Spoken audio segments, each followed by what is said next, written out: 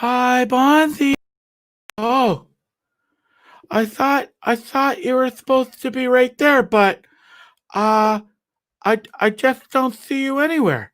It's just a blank screen. I don't know where I have my camera on, my mic's on. Scotty, any idea where the hell I am? It's I just got a message from this video is not available. Uh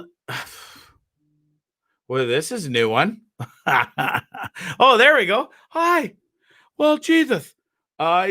Basically I just got I don't know what's going on. Listen, folks, I'm not in charge of the intra web net. I'm not in charge of Facebook. That's only Zuckerberg. And his corrupt cronies. But listen, I still can't believe it. Scotty and I just did. He was so pissed because he was lagging. And I'm like, dude, everything's tickety boo on my end. My lips are, everything was going totally fine. The second I fucking hit go live, here I am on a wee bit of a stutter, and then it'll fix itself just like that, and then we're off to the races, and everybody's happy, and then Bondzee won't be upset anymore and do all this yelling. Welcome. I don't know what is going on with the opening of this show every time, but it's actually getting quite comical to believe. I don't know, kind of. But God bless you all for watching. It's episode number 62 of Bondzee Live. We're in the House of Secret Studios here in Orillia, Ontario, Canada, and it is getting goddamn cold, and I don't like it one bit. Candy, get me on a goddamn plane to Nicaragua right now, will you? Thanks so much for watching, babes. Your man too, my bro. DJ, I hope you're well, bro. Sharon Wiggin, you got all my fans. Ryan Wilson, thanks for watching, brother. Carol McDonald, Heather Ditchfield. What else? It is I was gonna say, 62. It's episode 62. They keep racking up, and I was gonna and another one. Yeah. Is anybody else as sick and tired of that from that DJ Khalid guy as I am? And another one. And another one. Shut the fuck up. How about that? How about no more another ones? Okay, great. Good for you, buddy. I'm so proud of you, and you're doing great producing, all this stuff. But, dude, how about you shut your holy mouth? And you don't have to be on everybody's song now. Like, I've never seen another, what's the word I'm looking for? Presumptuous asshole kind of deal. Pompous asshole. Oh, I got to be on everybody's song now and say, oh, and another one. I'll fucking show him another one. I'll sit him on right on top of that CN tower, and there you go, bud. There's another one right up your hoop.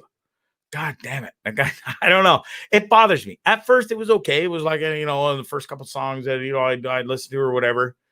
And then it's just on everywhere you go. And another one. And another one. Just shut up. Shut up. Happy Friday. It's Bondzee Live. Happy Friday, everybody. It's Thanksgiving weekend here in Canada, too, for my Canadian brethren. Whether you are in country or out of country, it is still Canadian Thanksgiving. So I wish you all an amazing weekend. Not sadly, actually. I was going to say sadly I won't be celebrating, but I celebrated last weekend with my extended family. That is not COVID cough. That's weed cough. Jess had a huge pipe right before the show.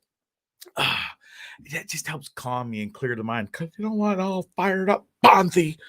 Anyways, Chad Link, thanks for watching. Buddy, my brother. Dude, I don't care how we do it or what we do. Like, we have to bottle your energy. I see you shot out of a cannon 24/7 on Facebook. You get up at godly hours of the morning and go running. I mean, I used to be a runner. Now I'm a fat ass pant load, but listen, I'm going to get back to it. I'm almost there. A broken foot for the past year was detrimental to my running after, doing it for so long. See that, folks? I hid my burp. I'm really proud of you, Bondzee.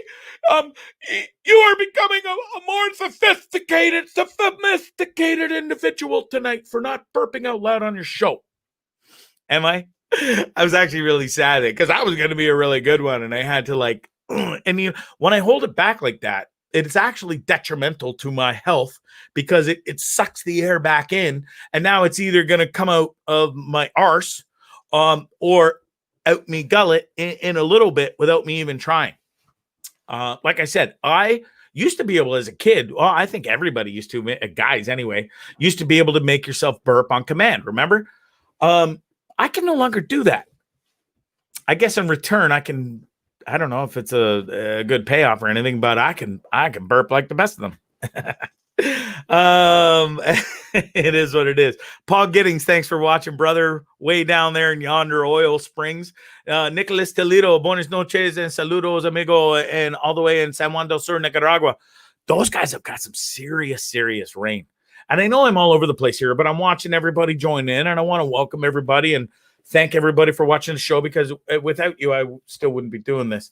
And I'm getting such a weird sound. I don't know. Maybe it's just the sound of my own voice that I can't stand. I listen to my stupid self-talk the entire day, okay? I'm going to get rid of those for now until my guest comes on, because I just don't need them, and they're driving me insane. And listening to me back with it's not an echo, but there's something, and I'm not digging it. Anyways, love you all. And Chad Link, you my man. And I still don't know how you get up at it is godly hours of the morning. It's pitch black out. You're running with fucking, it looks like you're at a rave, high on acid, or whatever, the love drug, but you're not. You just woke up and you're running. Like, I don't know. I was never one of the guys to get out of bed and go running. I had to do it either like an hour or two later, or midday, or later nighttime. I was never a 4, 5, 6 a.m. runner like you were. That's for sure. But God damn it, good for you, man. And you're an inspiration to me. I am. You really fire me up every day, and I'm excited to see your posts, and I'm glad you're my friend. Anyways, what else have I got? It is Thanksgiving weekend, folks. So listen, and listen good. I'm gonna only say this and say this once. It is Thanksgiving in Canada this weekend, and by God. Follow the rules, okay? You can go to the grocery store, okay? Masked up, of course, and social distancing. But then you can go either pre-shopping or after shopping. You can go to the bar or restaurant. You can get your lunch or dinner. And you don't have to wear your mask at the table, okay? Only on the way into the poubelle. That is toilet or toilette for my French and English speaking brethren out there. And then don't forget to go to Walmart on your way home, or Best Buy, because you forgot an electronic little item or something. And then folks, you can go to LCBO, because we all need to stop there and get your booze for the weekend, the night, whatever, however you decide to buy it. But be damned, my Canadian brethren, do not. And I repeat, do not go to your family's house for Thanksgiving. It's evil there. Evil. The fucking COVID will seek you out with your family, and you're all fucking done. Done. Sitting ducks. And COVID knows when the family gets together for Thanksgiving and special occasions, and it'll just mow you down. Anyways, jokes aside, I know people have died, and I'm not. This fucking show is over with COVID talk stuff, but I just had to get that out there for one last little jab. And listen, COVID is real. I never for once said it wasn't. There goes my first fucking pen. And listen, it's a problem. It's a pandemic, but we'll get through this, and it's not as fear-mongering as and crazy. I just can't believe you can do all those things aforementioned. But be damned if you go to your fucking family's house this weekend and show the love and respect and love for Thanksgiving and stuff. Crazy. How come you can't wear your mask and be social distance at your family's house, but you can do all those other things? I don't know. I don't know. What else? That's it. No more fucking COVID talk on Bondzee Live. This show is now nothing but fun times, no politics. But I've decided from now on, fuck it. We hear about it all day, every day. I'm done. It pisses me off to talk about it. So no more COVID, no more Black Lives Matter, and no more politics on this fucking show whatsoever. I'll make fun of Donald Trump and stuff, but there'll be no political talk. There'll be no COVID talk. There'll be no numbers. There'll be no nothing. It's now the fun Bondzee show, Bondzee live show. Okay? Enough is enough already. Stop it. And I'm going to stop it too, because this show's about fun. And I'm all about fun and having fun. And it's about time we all had fun in this shit 2020 year. Now, I say shit for some and most, and it's been shit for me too. Listen, I fucking started it with a broken foot for 3 months in a cast. Then COVID hit. And I had to come home, spent 4 months locked in my parents' basement, broke my hand, had kidney stones, and that was no fun. And, just going now, I'm going through a legal battle with an ex-tenant here, the joys of being, a landlord. But listen, the payoff was I got to live in Nicaragua. I had the most amazing time and memories. And listen, I can't wait to go back. But 2020 for me, besides all that shit, has actually been pretty goddamn awesome. I have now done 62 episodes of the show, which blows my mind. I still to this day don't know how it ever started from number one. I know how it started, believe me, but I can't believe it's got to 62. And the things I've got to accomplish on this show, and the amount of listeners, people, whether you love me or hate me, or and anything in between. God bless you all. That's how it started right there, with that nonsense sitting in my parents' basement with puppets. Anyways, not only that, I'm reading books for a living now, and doing voice work. And I picked up, I debated about doing this Quran project, reading the Quran, but I took it because I tried not to. I tried and said no. I kept raising the price. I kept raising the demands. The fucking guy just wouldn't relent. So listen, folks, it's 2020. Money's money. And whether I have to read the Quran or the fucking English Bible, I don't care. I'll read anything. I'll read the Torah. Right, buds? Cliff, I see he's in the background now. Thanks for joining. I'm going to bring Cliff on right shortly, folks. I am looking forward to this interview because Cliff is a pisser. We've always had nothing but great times. And we've had some great arguments, and we're going to talk about all of that coming up. So, listen, it's been a trip. I have now I start officially tomorrow night. I start teaching English online as a second language to Chinese kids. And I have a whole bunch of classes booked for tomorrow night, Sunday, and all next week. And that's a whole new gig. That's a full-time online gig that I can do anywhere in the world. As well as this stupid show, as me old mum calls it. 62 stupid shows deep, mum. So there. And nothing like calling out your mom on your own show. Oh, I'm sorry, Mom. I wish you would not bring up our personal nonsense or your stuff about me on your show. Mom, it wouldn't be as funny if you knew I was going to say, or if I, just whatever, Bondzee. Or she would never call me Bondzee. I don't think to this day she's ever called me, maybe once, but I'd have to ask her, and right now that's not. I can't speak to her right now, so I'll ask her, and then I'll get back to you on that one. Anyways, thanks everybody for watching. Steve Lassard, Susanna Stales, Shanik, Anna, Ryan Newton, all the way from I almost said 705, but it's the what is 403 is Alberta, right? I used to live there. And anyways, Newton's watching all the way from Alberta. Thanks, bro. So without further ado, folks, let's get to my boy. He's sitting there all patiently. He's got his earphones on like a good boy, and I'll put mine on too so that we don't get feedback. And without further ado, folks, he's look how handsome he is. He told me he was gonna wear a tuxedo. Nothing but lies out of this guy's mouth, seriously. So I went and got all fancied up. I even warned his beautiful wife, and there he's sitting there. As per usual, Cliff, though, because there's nothing you are pure casual. How many right off the bat? I have to get this off my chest. And speaking of casual, you probably have a pair of Nike Jordans on right now, correct? Well, I have Jordan flip-flops. Well, of course, it was something Jordan shoe-ish. Yes. Now let's get it out of the way. How many pairs of goddamn shoes do you own? And on top of that, how many of them are Air Jordans or Jordanish?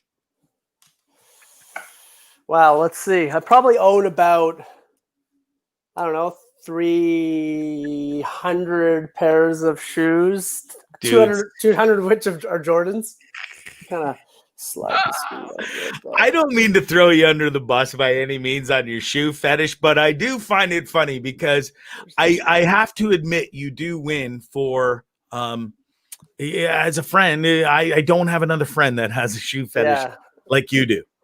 Well, hey, listen, it's hey, but listen, good for you because you're CLIFF RITTER, self-made millionaire, not a big deal, and you can afford goddamn shoes like that. And we'll get into all of that. But before we get into that full kind of nonsense about all that, tell me, don't tell me. We're gonna talk about how we met. I met you. Now you're gonna have to correct me here. Is it 2006 or 2007? Maybe we met on the tour.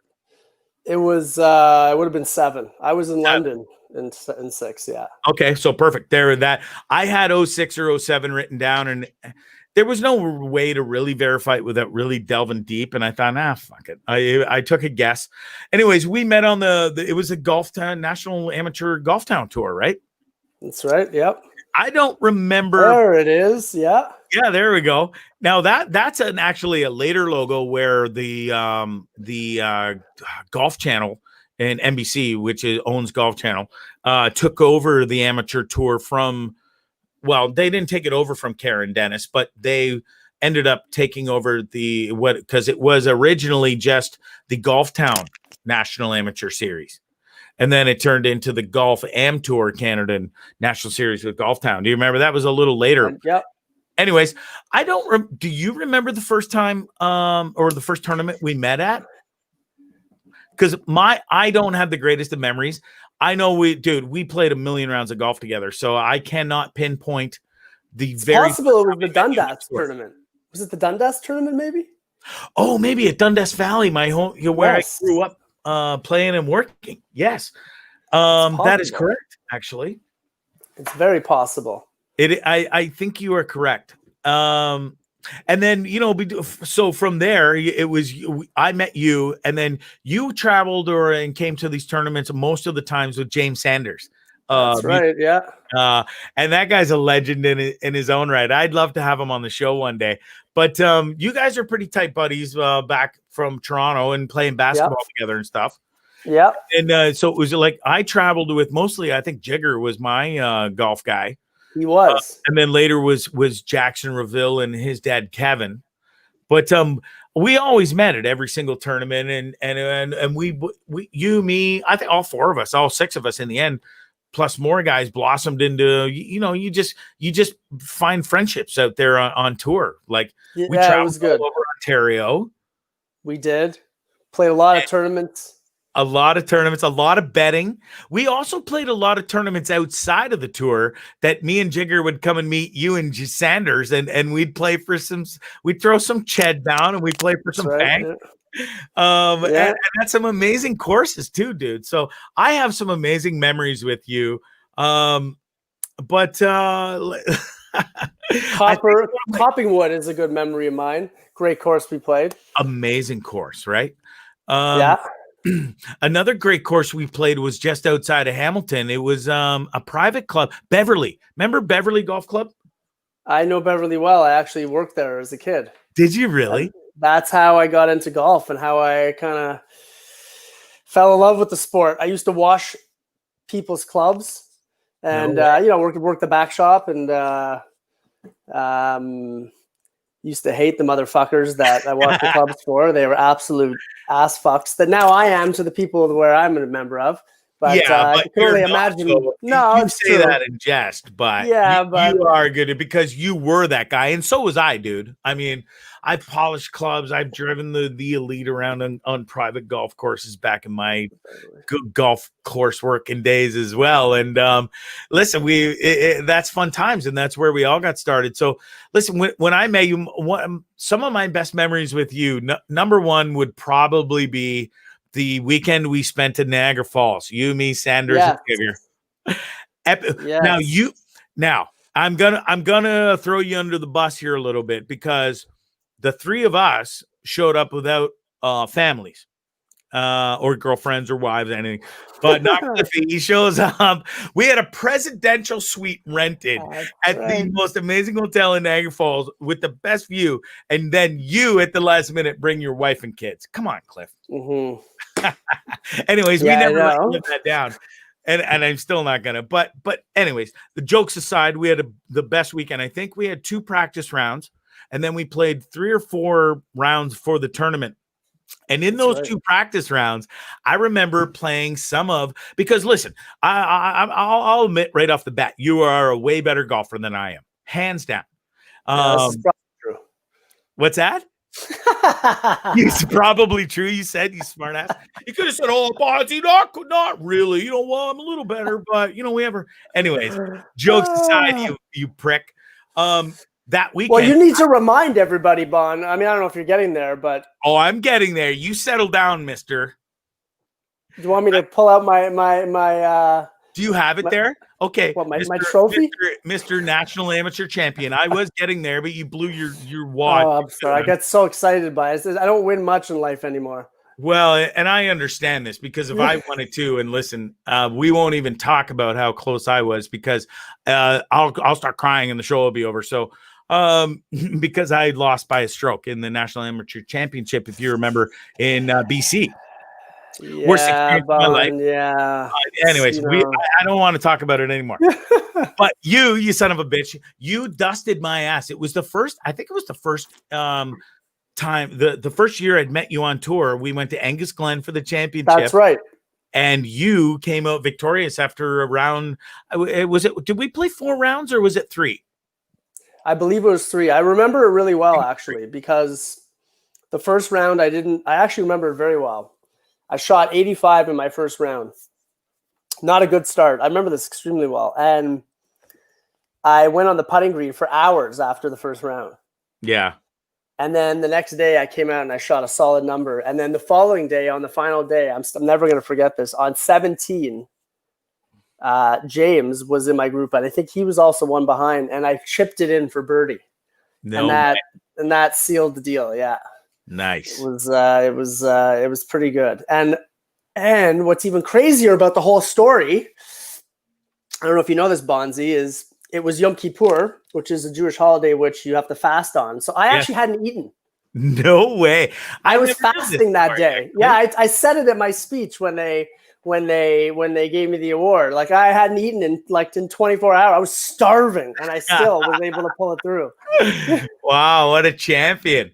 Well, good for you, dude. And that was a grind because and I don't know how your round started off. And you said you got to play with Sanders, and I don't know if that was day 1 or day 3, but here's how day 1 on my first ever National Amateur Championships on that Golf Town tour at Angus Glen started on my first hole. I'm playing with one other guy in my flight, and we're in the same flight. And there was one girl who was a dude. Do you know what I'm talking about before? Yeah, I know you're already snickering and laughing. She won the girl division, but the girl division, the way their numbers worked out, they had to put her with us. Dude, she fucking showed up with a skirt this big on. She was 10 out of 10, fresh out of college. Or still in college, playing an amateur golf down there. And I walked up to the tee, and I'm like, fucking flubbed it like 10 feet, dude. Because that's awesome. She dusts it down the middle. So then I walk up to my 10-foot shot, dust it 10 feet more, then 10 feet more. I took an 11 on the first hole of my first amateur professional or amateur championships. 11. Wow. Ever been to. Dude, it was a disgrace. Yeah, it's not good.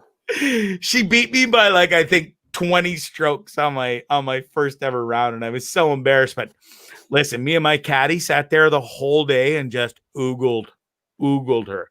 So it was a win-lose situation, if you know what I mean. But you won it, you son of a bitch. So congratulations, and moving on, because that's one of my fondest memories. It was a really fun time, for all of us. It was cool playing in that, just playing that tour, and it really taught us all. Yeah, it was pretty. It was great. Yeah, I mean, I think it only helped me get better. And it took a while for me to learn how to play because I mean, I played forever and you had too with buddies and you play for money, sure. But to be in an actual tour setting and play for 6 years like we did every single year. Well, not you fucking son of a bitch, because you won your first year, but you still got better and you moved up to A flight because I was B flight. So then you moved up to A flight. I was stuck in B I only jumped up to A for a bit when my handicap dropped. But you have to understand when everybody on that tour mostly had full-time jobs. It was, it was only weekly, 1 week tournaments daily, once a week. But then you'd have your majors, which were 2 rounds, and then our finals were 3 or 4 rounds. So it was a grind out there, and it was a lot of fun. We traveled all over Ontario. I went up to Quebec, Ottawa. I'm not sure if you came up there with us, but it certainly was a great time and an amazing. It was good. Yeah, it was a great experience. I agree. It was. It definitely made me listen. Competition golf is a different ball game. For sure. It's good. It pushes you. It was great. I really enjoyed it. And we met some great people. So we really did it. And still friendships for life. I mean, like you said, I've known you since 2007 and now it's 2020, man. And it's like going on 15 years. It's great. Yeah. So much has happened in between. So before we move on to your entrepreneurship, your marriage, your kids, everything, I want to talk real quick about a couple of your favorite golf memories before we get off golf with you golfing with me and going on road trips and just in general, because you got a couple of beauties. Yeah, well, I mean, your parents are watching, Sonny. Yeah, I know. So, I mean, tough. Wow. I mean, the best one is obviously, where did we play that time when we had a little salad on the course? It was at I know the course. I just can't remember the name. It was in Newmarket. It was the Red Dragon or something. It was a spinoff of Red Cardinal, not Red Dragon. It was it Cardinal? So it was Cardinal, the spinoff of Cardinal, around the corner. So Cardinal had 27 or 36 holes on that main highway 9. But if you went past it and turned left, they had that, I think it was called maybe Red Cardinal. They had that private, or it wasn't private, but it was that separate brand new 18 around the back. And that's where you, me, and Sanders, the 3 of us met there on like a Sunday early afternoon. Oh, wow. And what happened? Oh, we did. We had a little. We dropped some shroomy doomies. That's right. And wow, that was hilarious. Golfing is really difficult. You wouldn't think about you wouldn't think, but man, I think I lost 2 or 3 clubs that day. I never lost any clubs, but I know now. I definitely lost clubs that day. I think I lost 3 clubs. Yeah, I think I lost 3. Wow. I'm fairly certain. A couple clubs went into the lake too. Well, I remember it was a brand new course and it hadn't been open long. We had the place to ourselves, which is probably a good thing. Yeah. And let anybody think we were acting like fucking complete hooligans or anything on mushrooms. We weren't. We probably did, I think, 3/4 of a gram each back then.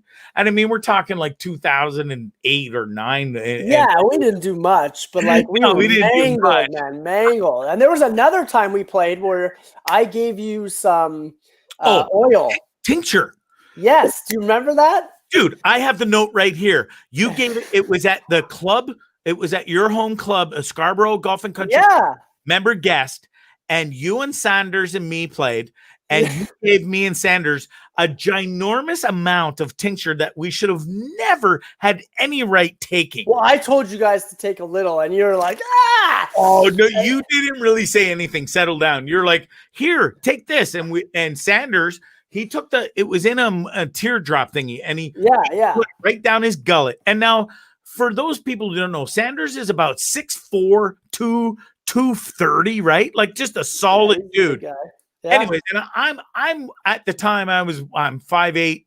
At the time I was probably 180, 175, and we did the same amount of tincture. Well, I don't know what Dude, I've never seen a bigger grown man buckled to his knees in about an hour's time on a golf course. He went from knocking it to the pins to he couldn't even swing a golf club. Well, golf is tough, man. I'm telling you, like it's tough when you're on that stuff. It's so you guys were mangled though. It was great. Oh, those dude, are two great memories because you already knew the dosage and you were fine. But yeah, we were mangled. And I remember we had to go, me and him were grown men standing in the showers in freezing cold water, trying to pull our shit together before we went up to the big fancy dinner with our suit and ties on for member guest dinner. Well, were you Masters was like, dude, buckled, like he was buckled. Oh yeah, it was. Were you with me when we tipped the golf cart? No, I wasn't. No, but you were. We also played Cobble Beach together, I think, or whatever it's called. Beach, one of the most amazing golf courses ever. Like, that was a good experience too. That was a great golf. I remember that. Absolutely. Actually, what I remember about that too is I think we played it as a warm up to one of the tournaments, and you will probably not remember this, but you actually won that tournament and then were assessed a slow play penalty and lost. Do you remember? I remember. Second time it happened. Second time it happened in my career, and the second time, Cliff, it cost me the National Amateur Championship of Canada. Well, I mean, what does that tell you? My play of golf, I lost the National Amateur Championship because of a slow play penalty. Even when we played 7-hour rounds. I mean, dude, you're still pretty slow. You're pretty slow. Fuck you, dude. I'm not a slow player. You're way slower than me. Well, I don't know. I mean, I take 15, 20 less shots around than you. Oh, settle down, buddy. As if you would even go there with that number. I can't wait. Okay, now we have to play for money, you son of a bitch. You owe me strokes, though, because I see how much you play. You fancy. I play a little bit here and there, like it's not a lot in the summer, but lately I've been able to get out just a little bit here and there. That's good. Unfortunately, man, it's been a while. Well, mostly because of me, I haven't lived in the country in a few years. That's right. You haven't been around. It's exactly it. But you do have a cottage up here, or you did. So that's kind of more of the end of my story. But we're already there, so I'll ask you. You had a cottage not far from me. Couple nice courses around there you played. I wasn't invited, sadly, but a lot of people weren't invited to my cottage. Don't worry, it's not. I know nothing for. I was jokes. It's your family place, but well, it's just like it's the way I am, right? I sold it. Yeah, we sold it. I mean, did you get a new one, or did you just sell it? We're looking for a new one. Okay. Yeah, we want to change the pace. I think my kids are getting older. We like, a little. It's the place itself was small. It was a place for us to get our feet wet, get into that kind of like get into cottage country, whatever you want to call it, and see if we like it before going all in and like committing. Right, everything's so bloody expensive. Sharon just chirped you for drinking White Claw, bud. I love White Claw. I've never had it. So White Claw is the best drink on the golf course. Yeah, I'll have to check it out. BC Charette is watching, and thanks for joining, bro. And Sharon, I pour a little vodka in the White Claw, and then it makes it really good. Of course, top it up a little bit. We got Jean-Marc L'Esperance. I golfed with that guy this summer. That guy can play golf, man. He's got some game. I'd love to, dude, hit me up. Let's get one more last round in before this winter ends. And you too, mister. Like Saturday's supposed to be 20 tomorrow. Fuck, I guess that is tomorrow is a good day. I'm golfing at 10 o'clock. Whereabouts? Can I race down there in time? My course. You got if you join the place, sign up for the membership, you're in, buddy. Oh yeah, super. I'll just give my bank account or your credit card tonight, and then we'll be good to go. Yeah. I'll joke aside. You should definitely golf tomorrow, though. It is going to be a nice one. Yeah, no, I will try and get out tomorrow because I don't know. My sleeping pattern as of tonight is changing drastically, my friend. So maybe if I could golf tomorrow, it would be early morning, mid-afternoon, and then I got to sleep because I'm going to be teaching all night tomorrow night. So, and I'm not a night guy, so this is all new to me. So it's going to be a real challenge, bro. Well, you got to get out.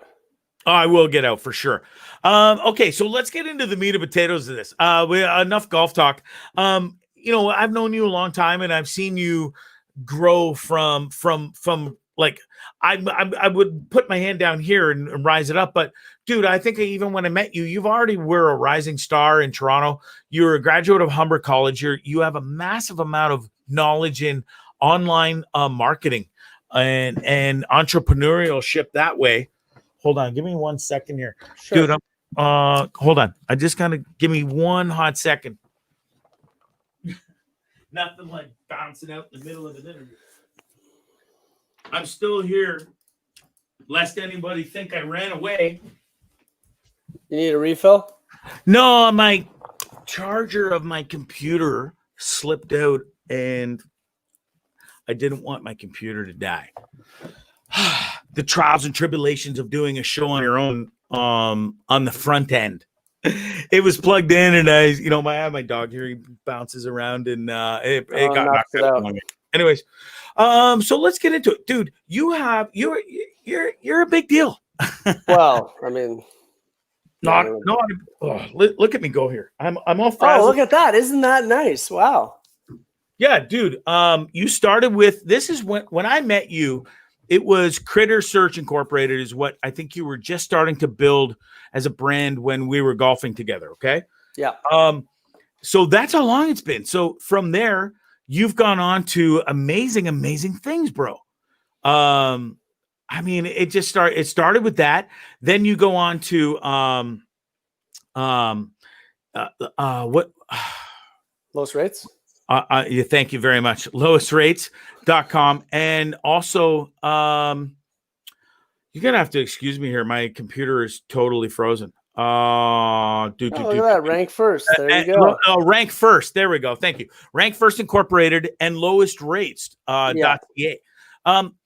So it started as Critter Search. How did like you started out of Humber? Take us through the whole process of building your own brand to leading up to Critter Search, your own company, and to where you're at today. It's a pretty loaded question. So, I mean, basically, I didn't really quite get through Western. And so I went to Humber, as you said. A little bit of too much partying. Yeah, to be honest with you, I don't think it happens to the best of them at Western, my son. Yeah, it wasn't for me. I mean, I'm more than capable. I think it just wasn't for me. But basically, I mean, before Critter, really, I worked and lived in London, England. So I was very fortunate. Out of school, I taught myself the skill about like search engine marketing, which is like this stuff where you market to Google and Facebook. So, let's say you're at home right now and you want to find a keto-friendly vodka beverage. Right. You go to Google and you type it, and a company like White Claw might hire somebody like me to ensure that they come up on Google when you make that search. And so I figured out how to do that shit on my own, to be honest, through Humber. And that got me into London, England, working for this big gambling company. Okay. And through there, I made all these relationships. I got really good at what I did. I generated a lot of revenue for this company, made them a lot of money. I made myself a fair bit of money at a young age. Nice. I was in my late 20s. Yeah, and I was living in London, England. It was pretty wild. I lived through the terrorist attack there, so I have like a whole experience around that. And I came back and I started Critter. And Critter was like this idea. The thing is, Bon, and people that know me well, I'm not, at least at that stage of my life, I wasn't much of a corporate guy. Yeah. The idea of, people with white hair and suits and shirts and ties telling me what to do didn't appeal to you. Yeah, I had trouble. And, and to be honest, I was young and stupid then. I realized now you can just shut up and listen and still be productive and be successful. But like I didn't do well with it. So the reality actually is the reason I was able to work in London is because the corporation that I did work for, though, the guy realized, hey, this kid's good. We can deal with his drama and his shit. I'll figure that out, but let's let him make us a lot of money. And so it kind of worked for everyone, right? But so I went off and consulted, and Critter was tough. Like, I came into it with big gambling clients. So people that are watching here probably know, like Party Poker and those kinds of companies or clients that I worked with back in the day. Those are relationships I made. I got into that industry very early on. But running your own business is hard, and I don't have a lot of that cutthroat, or I didn't, at least then, in terms of decisions I had to make and things I had to do. And it was tough. It was really tough. Like, I have those stories that you hear about with like really famous people where, I was asking my parents to help me out with money, and where I was down to like, a couple $1,000 in the bank, couple $100 in the bank, and not being able to pay taxes on payroll and shit like that. And it was difficult, but it taught me a lot. And from there, what kind of happened was I had acquired these domain names, lowestrates.ca.com, back in the day when I was consulting for somebody who couldn't afford me. And so after doing Critter for a few years and realizing what I was capable of and what a domain like Lowest Rates was capable of, I decided to do something with it. So I approached a couple of the executives from one of the companies I had worked with for, and we formed Lowest Rates. And so Lowest Rates almost never happened because Virgin Mobile, when I lived in Virgin, the big company, by Branson, when I was living in England, they offered to buy the domain off of me for a few $100,000, and I was smart enough to say no. Yeah, because they wanted lowestrates.com. You think, you could run. I also own the .co.uk as well. You could run a great multinational campaign. You offer some 28-year-old, £200,000-300,000. It's a lot of money, right? But I was smart enough to realize that if they're going to pay me that and they can turn it into hundreds of millions of dollars. Right. So fuck them. So good for you. Yeah.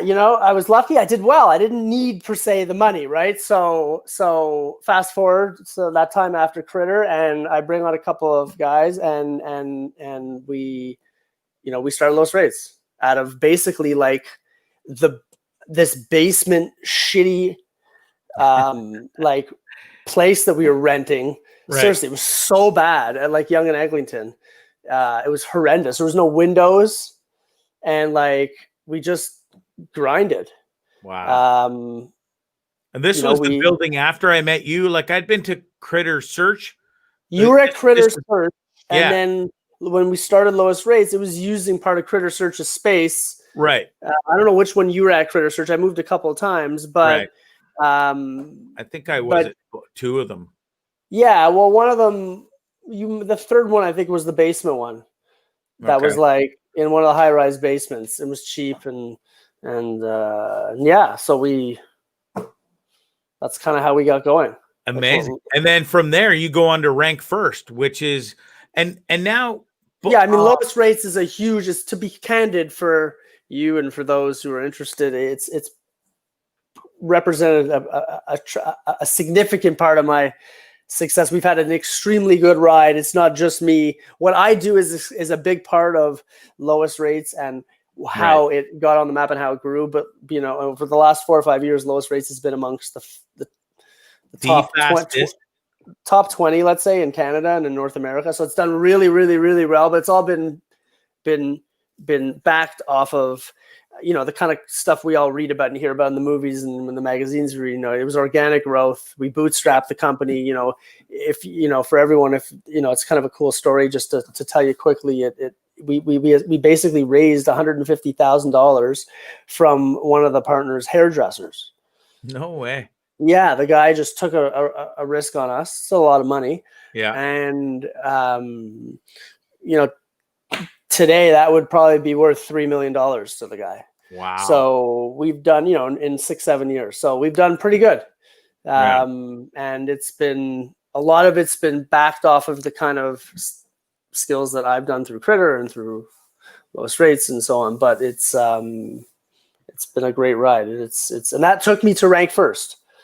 So Rank First is sort of like Critter Search, to be fair. It's just, it is. I did Lowest Rates for a little while, and then I kind of needed a break again and wanted to go and do, have some variety, work for some other companies and consult again, and still do some work for Lowest Rates. So I branched off and did Rank First, and same kind of concept. We provide those same kind of services, help companies out.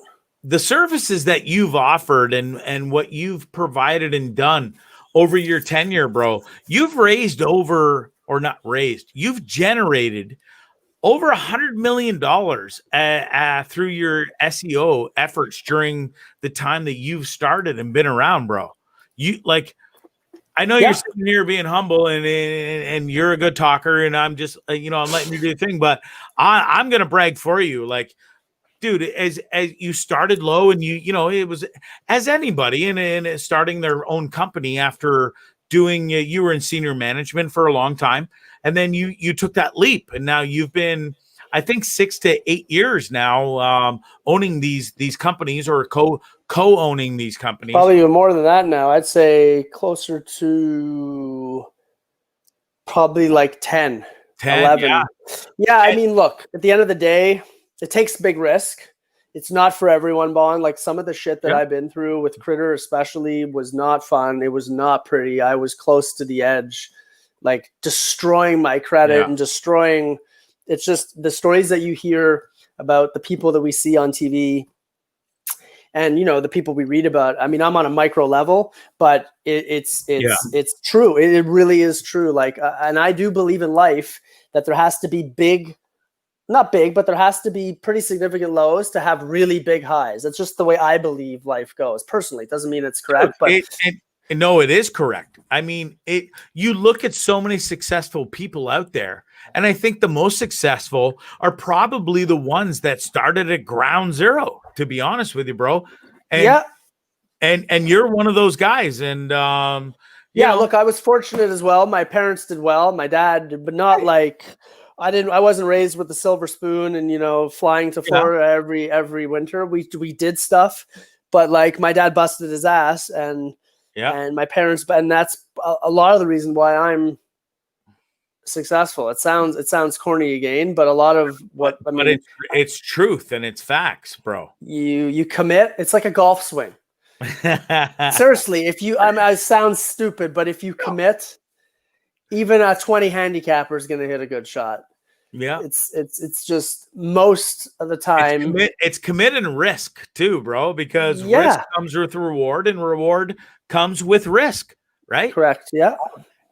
And minutely it relates to me doing the show is like, I'm not pouring a ton of money into the show. I have to pay a service to stream this, obviously through multiple platforms. And you and I have talked about, growing this show, and you definitely have more experience, but you've been an advocate of me doing this show from almost the get-go. And I reached out to you early and asked for your help. And at first I was doing it off my cell phone in my parents' basement with zero studio lighting, zero professional microphone, zero nothing. But the set was good, Bond. Like, you probably attracted a lot of weirdos. Hey, weirdos, friends, anybody that was willing to listen to the garble that came out of my mouth. I was happy to provide the content. It was good, man. It was needed. Listen, especially in those times. There's nothing. Listen, things are not getting better. I mean, it's good what you're doing. You're providing an opportunity for whoever to kind of just switch off, and it's good. I think it's really good what you're doing. And I was a big proponent of it, and I'm glad you're doing it at this level. And it's only got bigger from where it started from, and the same as what you've done, bro. And listen, I'm not comparing myself or this show to what you've done, because you're a brilliant individual. You're super smart. I'm so happy for really the success that listen, I'm not even pumping your tires. I'm just telling the truth.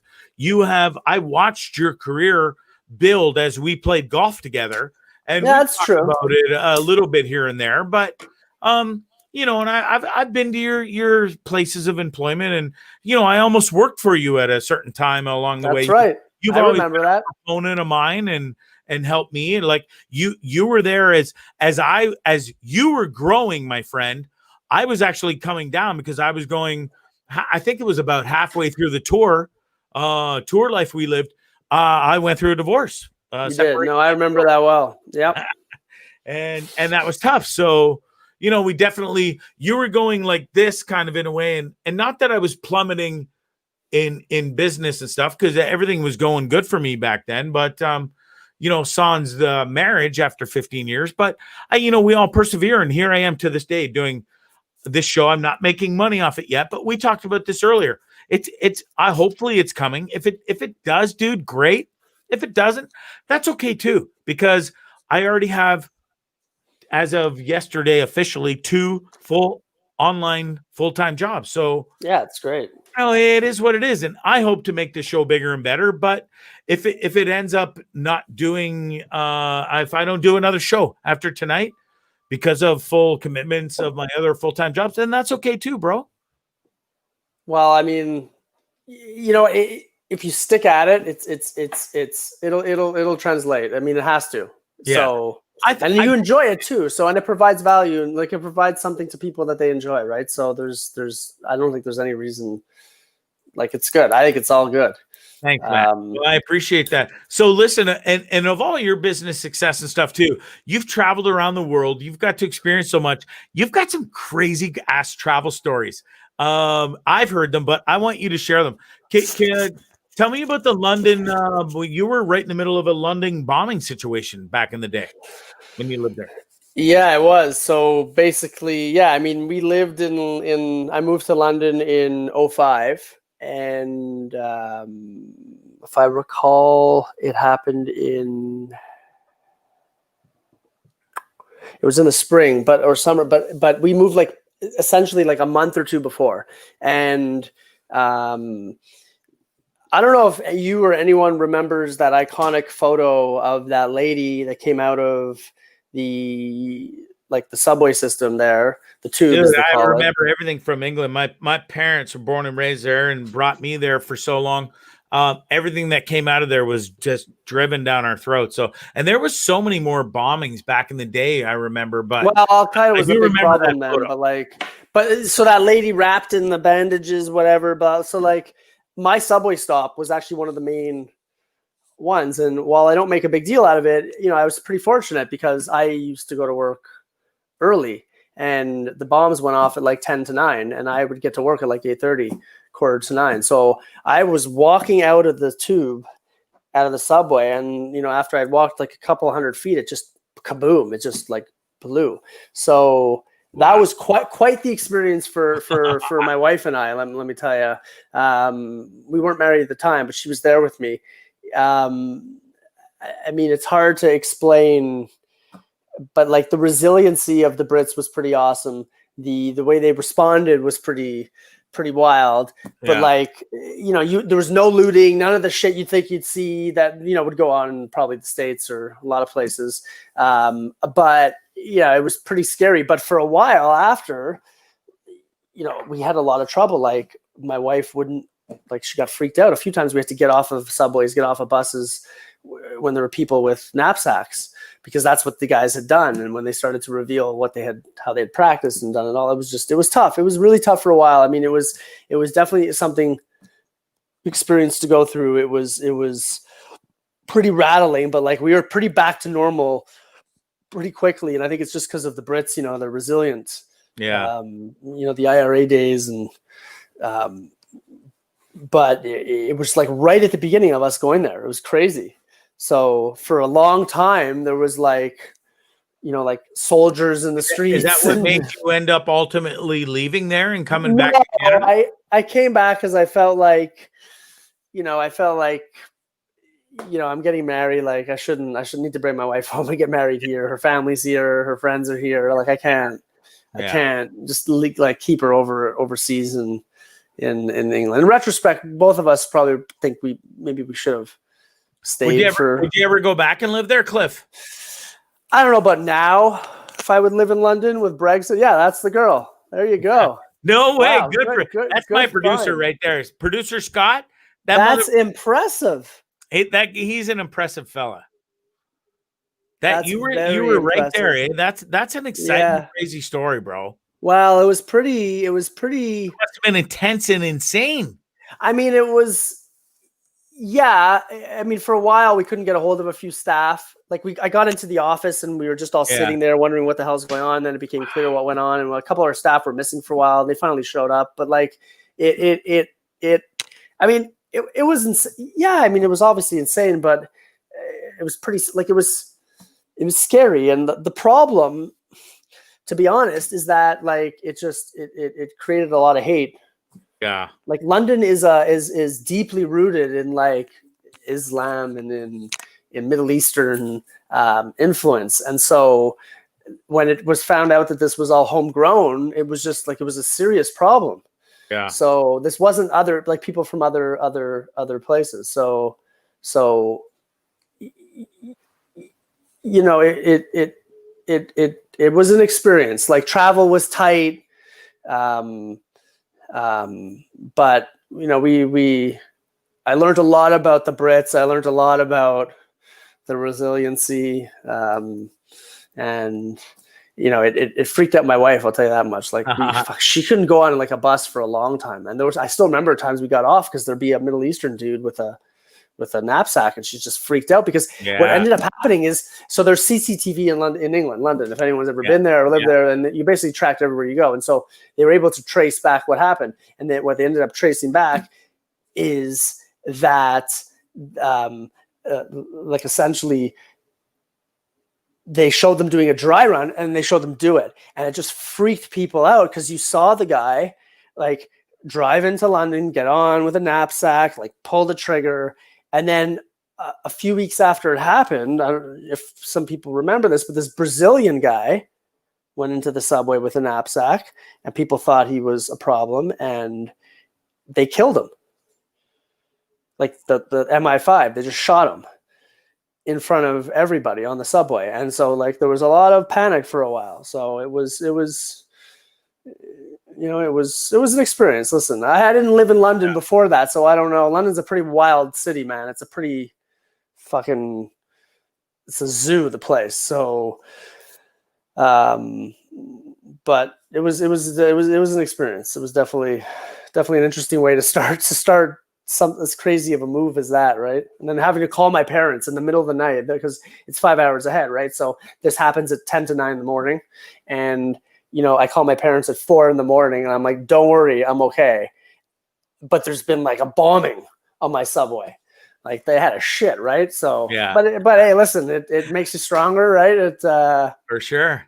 We had a good time, and one other story, you're on a plane and it catches fire. Like what kind of luck do you got, dude? Yeah, like I got great luck, man. I've had 2 issues, but it's funny, like not funny really, but so a couple of years ago when we were all allowed to travel again, we were going to Vegas and we were coming home and we're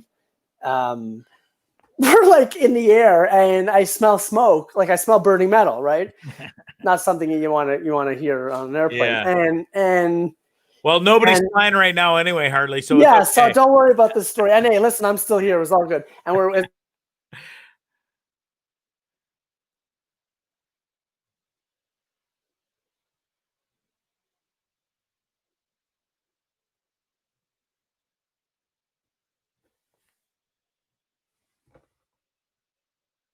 now I'm live. Where'd he go? Folks, I don't know what happened. I lost Cliff. He's frozen. My internet seems fine. Maybe Cliff is just got hit by lightning or something. I don't know. Cliff, and then I'm like, I go, Lindsay,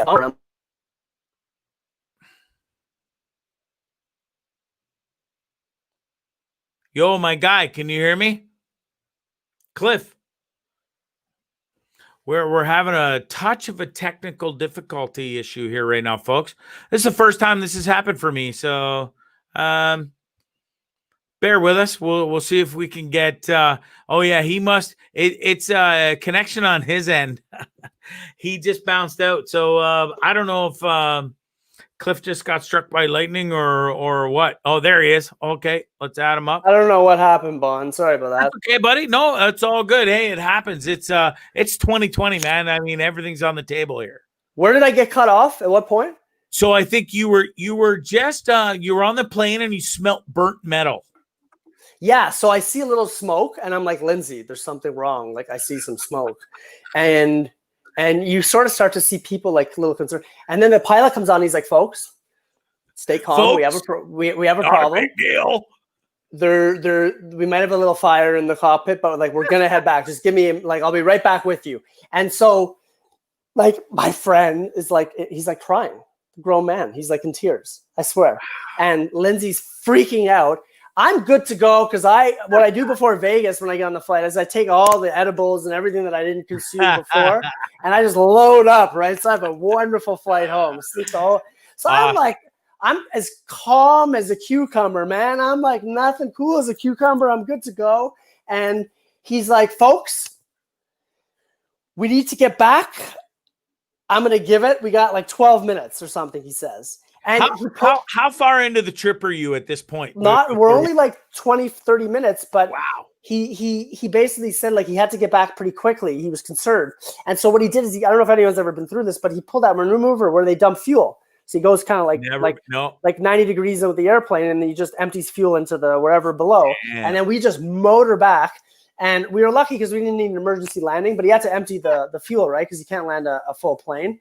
And I mean, honestly, we were fortunate. There was, what do you call it? There was like fire trucks and everything waiting for us when we got there. The guy did an awesome job. I mean, he hustled back. We got back okay. I mean, the stewardess were like the people, like the people that were working on the airplane. They were kind of freaking out a little bit. They were a little scared, I think, but because like smoking in a cockpit's not a good thing. Yeah, but at the end of the day, it worked out pretty well because we were with friends that like he's kind of a high roller in Vegas. So he calls the casino and they pick us up and they bring us back to the hotel in a suite.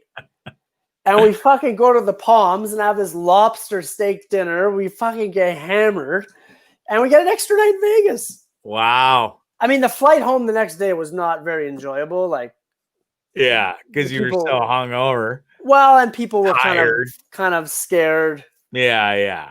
Well, it's a terrifying experience. I've flown my entire life since 6 months old, and I've had some horrifying experiences. So it has to happen. I've never had a fire on board. Well, that was a newbie for me too. I mean, I've also had like an aborted takeoff, which was pretty fucking scary. I've had an aborted landing. Yeah, those are. But listen, it's statistics, right? If you fly enough, it's eventually bound. It's gonna happen. You just gotta hope that your pilot is on the ball and he's, he had a good night's sleep. The guy that was with, I felt very fortunate. So awesome. Hey, listen, it's if not, my kids will have a good ride. Hey, if you didn't have these experiences, it just means you were sitting at home leading a boring life. And one thing you've never led, my friend, is a boring life. Since the second I met you and Sanders, I've had nothing but laughs and amazing times with you guys. I've only watched you both grow. And I'm only mentioning Sanders and Jess, if everybody's wondering, together, because you guys were always a partnership, and it was kind of like me and Jigger were, and not that it was just that golf thing. And, when you're traveling around so much, it was always nice to have somebody to travel with, be it hotels, and dinners. And we just all kind of fucking grouped together and had so many amazing memories, man. And to watch you grow, to watch Sanders grow, to watch Jigger, myself even, or, you've really been a real trip, man. We've had amazing times. We've had laughs. You've watched me go through some serious shit in my life.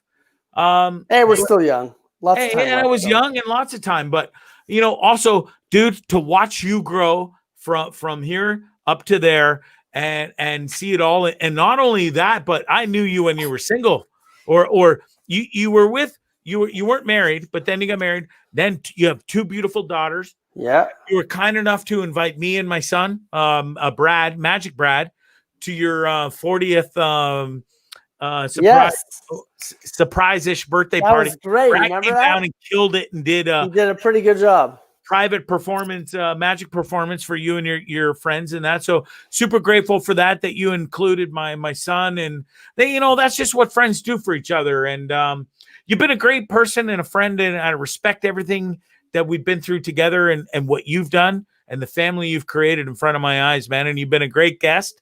And thanks, buddy. Listen. I'd be remiss if I didn't bring up you pumping iron like fucking Arnold. The pre-COVID there, you're a maniac in the gym, bro. You know what? I didn't work out at all when I played on that tour, or all. Dude, I know you were scrawny white basketball golf skinny dude who hit it like 240, and now you're like, I hit it like as long as Sanders 300. If I would have done that back then, I'd be a way better golfer now. I never even realized. You know what? It's fine. Okay, DeChambeau. Hey, no, it was nice to see you pump the iron and hit the gym and change your life. And listen, man, everything you've accomplished has been nothing but hard work. I've been part of it the whole time, and you've been a pleasure to kind of be part of since 2007, and a friend, and to see everything that you've gone through and watch you grow. It's been a real pleasure. So again, the folks can check out all your sites. Lowestrates.ca. I highly recommend. I used it just when I moved back from Nicaragua. I got new car insurance. First person I went to, Lowestrates.ca. Boom, my boy's company, and I got the lowest rate I've ever paid in my whole life, dude. I like that. You do the home insurance, you do the car insurance, you do everything. So people should go hit that up. And then the other one is First Rate. Rank first. Sorry. Rank first. Yeah, I got the two of them mixed up. Rank first. Anyways, dude, you're amazing. I love you. Thanks so much for coming on. And thanks, buddy. Thanks, Bond. I can't wait to golf with you soon. Like maybe before this crazy winter hits. No, I think we may want to. I'm going to speak to Sanders. You got to get him on the show. Would be good as well. All right. And then B, we got to get out and golf before the snow hits the ground. We got to do it. Please. You're not far. I'm not far. Let's go. You take care, buddy. Thanks so much. Thanks, You're everyone. a rock star. Peace. All right. Bye. Amazing. Thanks everybody for watching that interview. That is Cliff Ritter. He's my man. I really have enjoyed getting to have a blossoming friendship with him since 2007. Met him on an amateur golf tour out of nowhere. Sometimes, like, listen, I played a plethora of rounds of golf on that amateur tour and met some real plugs out there and played with some real dickheads. But I played with a lot of amazing dudes as well. And Cliff and James Sanders, who I mentioned, Sean Janak, Jigger, we call him. Danny Bell, so many other people that I forget to mention. But anyways, JC, Sarek, and there's so many great friends and friendships that I built out there that I still keep in touch with them all today. And Dennis and Kara, who ran the whole thing. Anyways, God bless them all. It was so fun. It was really an amazing time of my life to get to play on an actual amateur golf tour. It was all ranked. You played against guys in your own caliber. Listen, I wasn't a scratch golfer. I wasn't the best of the best out there. There was championship A and then B flight. I was B flight, jumped into A for a bit, but I just couldn't play enough golf to sustain holding an A handicap. And I'd go and play in the A flight, but I get my ass kicked. And, I still go and play some good golf, but I still wasn't good enough to sustain an A handicap. So, and it didn't last long, but I had the greatest time out there, fondest of memories, and the worst of fucking memories too. The worst time ever in my fucking life happened on that golf tour. And it was, Cliff brought it up tonight when I lost the National Amateur Canadian Golf Championship by one stroke because of a fake bullshit penalty that should have never been assessed to me. Anyways, I don't want to get into it. I fucking hate talking about it. It fucking just triggers me, and I don't want to talk about it. It sucks. Anyways, I've moved on from it, sort of. I just don't like talking about it, okay? So suck it. Anyways, I love y'all. I'm going to call it. I don't want to do any more stories. I've done this for an hour and 10 minutes. It's Friday night. Happy Thanksgiving. The feed is shit tonight. I'm sorry for all the lagging and pausing. For all of you that stuck around, I fucking love you so much. Happy Thanksgiving to everybody. Listen, thanks so much to Cliff Ritter for being an amazing guest. Thanks to everybody for watching and who's still stuck around. Ryan Newton, Sharon Wigan, Sean Spears just joined. Ashley, Kevin Hugh, and everybody else as well. And listen, while I'm on it, I'm not wearing it tonight, but Scramble, clothing, the golf clothing. I love those guys so much. I follow them every day. They follow me and like my stuff. Check it out. It's www.scrambleclothing.com. Scramble with a K, SKRAMBLE clothing.com. They got amazing hats, hoodies. Christmas coming up. The dude's got some amazing deals. Go check it out, okay? I'll wear some of his swag next show. And also Shakespeare's. If you're in Hamilton, Oakville, Burlington, Brantford, go to Shakespeare's. They have the most amazing food in the entire world, folks. The steak and lobster is to die for. The prime rib is to die for. They have ribs that just literally melt in your mouth. Make dinner reservations. Dinners Wednesday to Saturday, 5 to 10. Hit my boy Leo and the family up. Christina, Dad's the chef. You can't go wrong. Okay, Shakespeare's. Check it out. Shakespeare's.com, I think, is the website. And go and enjoy the most amazing seafood steak you've ever had. All right. Peace and love, everybody. Happy Friday. Happy Thanksgiving weekend. I will see you on the flip side next week. Okay. Love you. Bye.